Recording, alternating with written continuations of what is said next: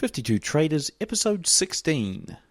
There's literally 60 chart patterns or chart formations that I've sort of seen and identified that work exceedingly well. So I would say don't try to have one or two or three favorite patterns. Try to broaden your mind and try to be able to see, hey, what are the patterns that work in different kind of markets? Over the next year, your host, Cam Hawkins, gets inside the minds of 52 of the world's best traders to find out if he has what it takes to become one of them. Join Cam every week on the 52 Traders podcast or at 52traders.com to learn how to trade like the pros. This podcast is for educational and entertainment purposes only and is not investment, trading, or financial advice of any kind. Trading is very risky and could lose you all of your capital. Any comments about historical performance are not an indication of future results. Before we kick things off, remember to visit 52traders.com for the show notes and pick up my completely free trading software that had a 100% win rate in 2014. Simply jump on the site, add your email, and I'll send you the download link. What's up, traders? Welcome to another weekly installment of 52 Traders. And today we're lucky enough to have Sean Udall on the show. Sean is a 20-year veteran stock trader and investor whose passion for the market started at a young age. Since then, Sean's been able to get insider knowledge as part of working for Morgan Stanley and other big institutions where he managed over $350 million in client assets. These days, Sean focuses on the technology sector as a full-time trader and investor, and when he's not managing multiple positions during earnings seasons, he'll be writing about technology stocks for well-known publishers. Welcome to the show, Sean, and thanks for joining me here on the 52 Traders podcast. Thanks for having me. Appreciate it. Right, Sean, so I've mentioned some of your highlights already, and that's only a small part of your story. So can you tell the listeners a bit more about you personally and what first attracted you to trading? Sure. So, yeah, I've got a pretty broad background. I've met, hundreds of traders and investors, and I'm probably one of the few that I know that have done everything from sort of pension fund consulting, so kind of ground level, how do you put a multi-billion dollar portfolio together and how's it structured with professional money managers and stuff like that, to working for a money manager, to also working in corporate finance, and then kind of taking all that experience in running my own money and trading my own book. So I'm trying to think, I've been interested in stocks and analyzing stocks probably since I was a kid. Actually, I would say kind of late high school, early college. I was sort of lucky enough to start reading about some of the Warren Buffett principles and lessons, and I've read every one of Berkshire Hathaway's annual letters, and I actually would encourage anybody, no matter how much experience they have or how little experience they have, to literally read every single Warren Buffett Berkshire Hathaway annual letter. It's probably the best investment and trading tip I can actually give anybody. And what's amazing to me, it's surprising how few people have actually done that, by the way. And what are the main takeouts out of those letters that? Oh man, we could have a half an hour discussion just on that. So are they sort of? Could you sum it up? Is it like is it just a mentality or a specifics around approaches? Well, here's the axiom, or here's the thought that Warren Buffett is sort of this grand master of value investing.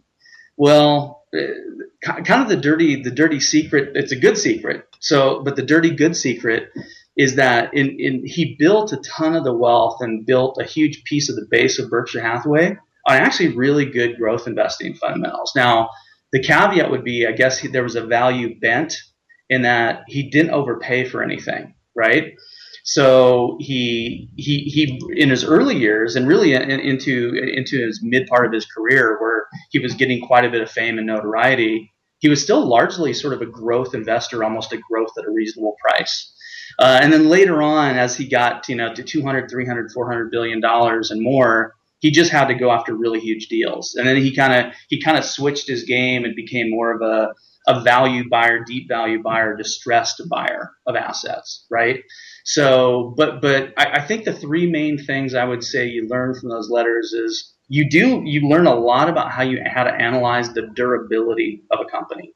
And I kind of think that's a lost art. And what I mean by that is if you can really figure out if somebody's going to, now I deal in disruptive technology, so my durability length, if you will, is shorter. But if you can really figure out if a company is doing something pretty extraordinary and producing cash flows, and those cash flows are durable, you have more time to be paid, and you have more time to be right. I think the other two things is just kind of what I already said, basically just not to overpay for something. So even if you're a momentum trader, this could apply to you. You can still trade momentum, but you don't want to buy the very last inkling of the momentum that's running on fumes, right?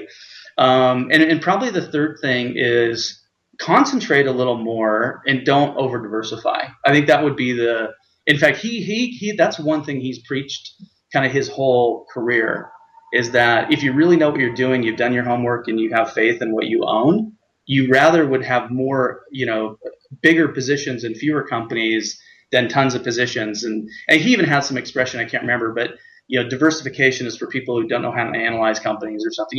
He has all these little quips he says all the time, right?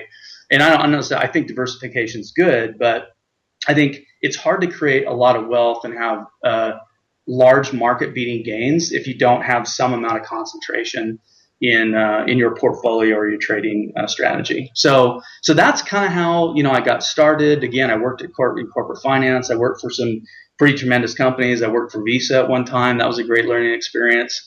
And I've done 2 stints as sort of a pro trader / manager of my assets and other people's assets. I had a real good stint from 2005, and then I ended up getting a job in late 2000 or mid 2007. And then at the end of 2011, I quit working full time. I've been doing my own thing ever since. So, but I've been in and around the market. So let's just say at least from the early 1990s, and I've been trading dedicated assets off and on for the better part of 5 or 6 years. And then, I had a stint, and I've run money. I was part of a team that ran $350 million at one time. I was running about 30 to 40 million of my own. I was basically a large cap growth style. So I've kind of been in and around the game a lot, and I love it. This is all I'm ever going to do. So, how I would view my own success would be if I never have to go work for anybody else ever again. I will say I'm pretty damn successful. And then it's just a matter of tacking up zeros on top of that and kind of living the life that you want to live. But that's my goal. My goal is my primary goal is to never have to go to work for anybody ever again. Sounds nice. And so do you just trade stocks, or do you trade, are you in the options or commodities or Forex? I'm heavily common stock, and I do sprinkle in a fair amount of option activity. So probably a lot of what we're going to talk about might be quite a bit different than a lot of other people. So I don't like to pay a whole lot of premium. I will pay premium, but I'm more of an option seller than an option buyer. Again, I will buy options. I typically will buy spreads. But I'd say 75% of my option activity is selling premium versus buying premium. And then I just like to trade common. I think if you're really on top of your game, you probably should just focus on 1 or 2 areas primarily. And, there's just a ton of issues with trading options. I love the leverage and I love the gains you can make, but they're just so, the odds are stacked so against you. It's sort of like, I really would equate this, Wall Street in a lot of ways is like a big casino. The casinos are very good at stacking odds in their favor. So I'm kind of a mathematician in my own rights. I like to figure out where the odds are for me. And my whole view is the more trades you can do where the odds are heavily in your favor, the better off you're going to be. So if you're constantly out there paying option premium, you're basically bucking an 85 to 15% odds machine against you, right? So you need a lot of big winners to pay for all your option losses that are going to stack up. And there's 3 other reasons I like common. One is you can hold it for a long time. It's tax advantageous. You can trade around a core position as often as you want. And the other thing is there's just not a lot of what I call structural impediments, meaning you don't get dinged on spread. You can execute the trade really, really quickly. So I do 2 things. I invest. I also trade. I don't want to be dealing with a 60 or 70 or 80 point option spread on a trade, both in and out. Like, especially if that common stock only has a spread of 3 cents, right?